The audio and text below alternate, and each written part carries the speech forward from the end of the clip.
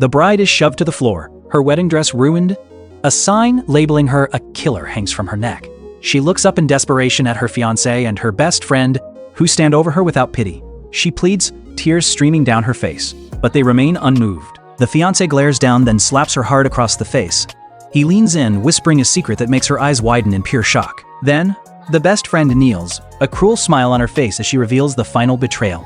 A flashback reveals the truth. The fiancé and the best friend together in a car, their hands wandering. They see another woman walking and deliberately run her down. The bride watches from the passenger seat. Back in the present, she screams at the treacherous pair, but the fiancé grabs her face, silencing her with a cruel grip. Just then, another man enters, clapping slowly. He smirks at the scene, then orders his men to drag the bride away.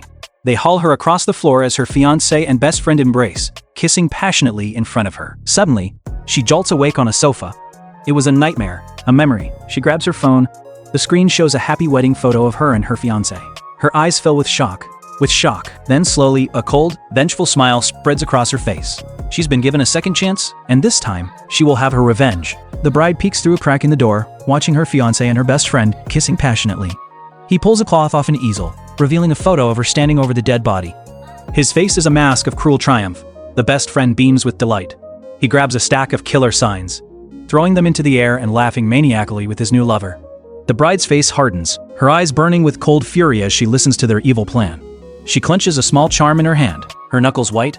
Later, at the wedding venue, the groom stands at the altar, a smug smile on his face. The crowd applauds as the bride appears, walking slowly down the aisle in her beautiful white gown.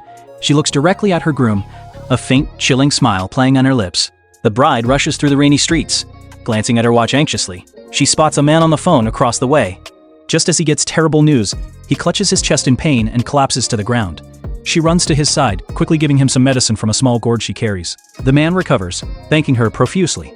He offers her anything she desires as a reward: cars, houses, money. She shows him the photo of her and her fiancé on her phone. Explaining the betrayal, the man's face softens with sympathy. He tells her the scoundrel is not worthy of her and makes a stunning offer to swap the groom at the wedding. He gives her a jade pendant, a family heirloom, and promises that his 3 sons will all propose to her at the ceremony. She can choose any one of them to be her new husband. Tears of gratitude well up in the bride's eyes. A fierce determination replaces her despair. The words wedding feast on the giant screen behind the altar morph into trial. The guests gasp in confusion. His mother storms forward, her face contorted with rage as she berates the bride. But the bride stands her ground, calm and resolute. She turns to the groom, her voice clear and steady, asking him a simple question about the night before, then lies, claiming he was asleep. The bride's eyes narrow. She reveals the truth, that he was on a specific road, and that he hit someone, a woman.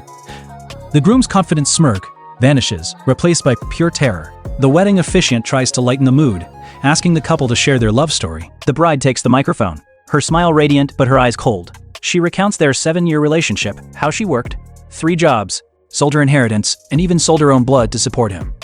The groom shifts uncomfortably, his mother looking on with a tight smile. He tries to silence the bride, but she refuses to be stopped.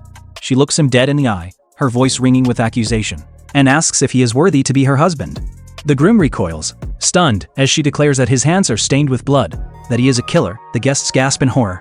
The groom's carefully constructed world shatters around him, his face a picture of disbelief and panic. The bride points a finger at him, her voice rising to a crescendo as she pronounces that this is not a wedding feast, but his trial. The groom stares in disbelief. He points at the bride's dress, claiming it's the same one from the photo of the crime scene, but with a flick of a switch, the bride's dress begins to glow with a rainbow of colors. The guests gasp in awe at the beautiful magical display. The bride explains that she designed and made the dress herself, a one-of-a-kind creation that her fiancé had copied to frame her. She looks at him with contempt, announcing that she is divorcing him and will choose a new groom right then and there. The screen behind her changes again, this time to divorce feast. The groom and his mother are stunned into silence. He tries to dismiss her accusations as a trick, but just then, the best friend appears, wearing a stunning red dress. She proudly declares that she is the real bride. The groom's mother rushes to his side, helping him to his feet. He glares at the bride, his face a mask of fury. He accuses her of turning the tables on him, then points a trembling finger at her, declaring that she is the real killer. The guests murmur in confusion, unsure who to believe. The groom insists he was going to expose her at the wedding, but she beat him to it. He orders his men to bring out the evidence, a framed photo of the bride in a white dress, standing over the victim's body. He triumphantly points out that the dress in the photo is identical to the one she is wearing, a smug grin spreading across his face as he believes he has won. The bride simply smirks, a knowing look in her eyes. She asks him if a big surprise is about to turn into a big shock. His smile falters. The groom laughs, mocking the bride. The best friend smirks, telling the bride to beg for forgiveness. The bride slaps her hard across the face. The groom rushes to comfort his crying lover, then turns on the bride, his eyes blazing with fury. He orders her to kneel and apologize. His mother joins in, her voice dripping with venom, then slaps the groom, her voice cold as ice, as she reminds him of everything she has done for him. He lunges at her, but she doesn't flinch, daring him to strike her. He hesitates, grabbing a bottle instead. But before he can act, she smashes it over his head, clutching his bleeding head as his mother and lover rush to his side. The best friend steps forward, a triumphant smile on her face. She and the groom embrace, their eyes locked in a passionate gaze. The groom turns to the bride, his voice dripping with scorn. He tells her that swapping the bride was his plan all along, a surprise for their wedding. His mother is shocked, but quickly recovers. Siding with her son in his new choice, she eagerly welcomes the best friend into the family. The new couple stands together, a picture of smug satisfaction, taunting the jilted bride, telling her to go to hell. The best friend threatens her, warning her to confess or face a fate worse than death. But the bride slaps her again, her eyes blazing with fury. She tells them that they will never be happy, because her new identity will make them pay for their betrayal. The groom, his mother, and the best friend all stare at her. A man in a black robe strides into the room, his face a mask of cold fury. He demands to know who killed his sister. The groom immediately points to the bride, blaming her for everything. The best friend and the groom's mother join in, a chorus of accusations against the innocent woman. The man in the robe listens, his expression unreadable. He stares at the bride, his eyes filled with a chilling intensity. He asks her if she is ready to pay for her crime. The groom smirks, holding up a blood-splattered license plate as proof. But the bride remains calm. She admits the car is hers, but reveals that someone else was driving, someone who stole it. She points a trembling finger at the groom, her voice ringing with conviction. It was him. The groom's face drains of all color. The groom laughs, mocking the bride's empty threats. The best friend and the guests join in, their laughter echoing through the hall. The bride remains unfazed, her gaze fixed on the groom. She tells him that he will soon know whose doom is at hand, with a dramatic flourish. She pulls the cloth off another easel, revealing a photo of the car's damaged wheel. The groom and the best friend stare in horror. The man in the robe storms forward. He lunges at the groom, ready to tear him apart. But the bride steps between them, her voice calm but firm.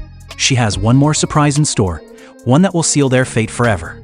The groom scoffs, dismissing the bride's accusations as baseless. The best friend and the groom's mother chime in, their voices dripping with sarcasm, but the bride remains unfazed. She points out the fatal flaw in the groom's alibi. The time of death doesn't match his story.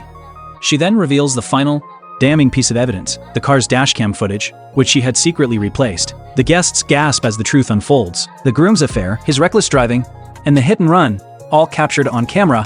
The bride turns to the man in the robe, her voice filled with a chilling certainty. She tells him that the groom's hands were not on the steering wheel, but on another woman's waist. A flashback confirms her words, showing the best friend's taunts from the previous day, their lies exposed for all to see. The bride looks at them, her eyes burning with a cold, righteous fury. The groom desperately tries to defend himself, claiming he was at the hotel all night. The best friend and his mother back him up, their voices filled with false sincerity. But the bride is unfazed. She points out the fatal flaw in his alibi. The time of death doesn't match his story. She then reveals the final, damning piece of evidence, a live stream from the night before. The guests gasp as they see the groom and the best friend together, their affair exposed for all to see. The man in the robe storms forward, his eyes blazing with fury. He lunges at the groom, ready to tear him apart. But the best friend throws herself in front of him, begging for mercy.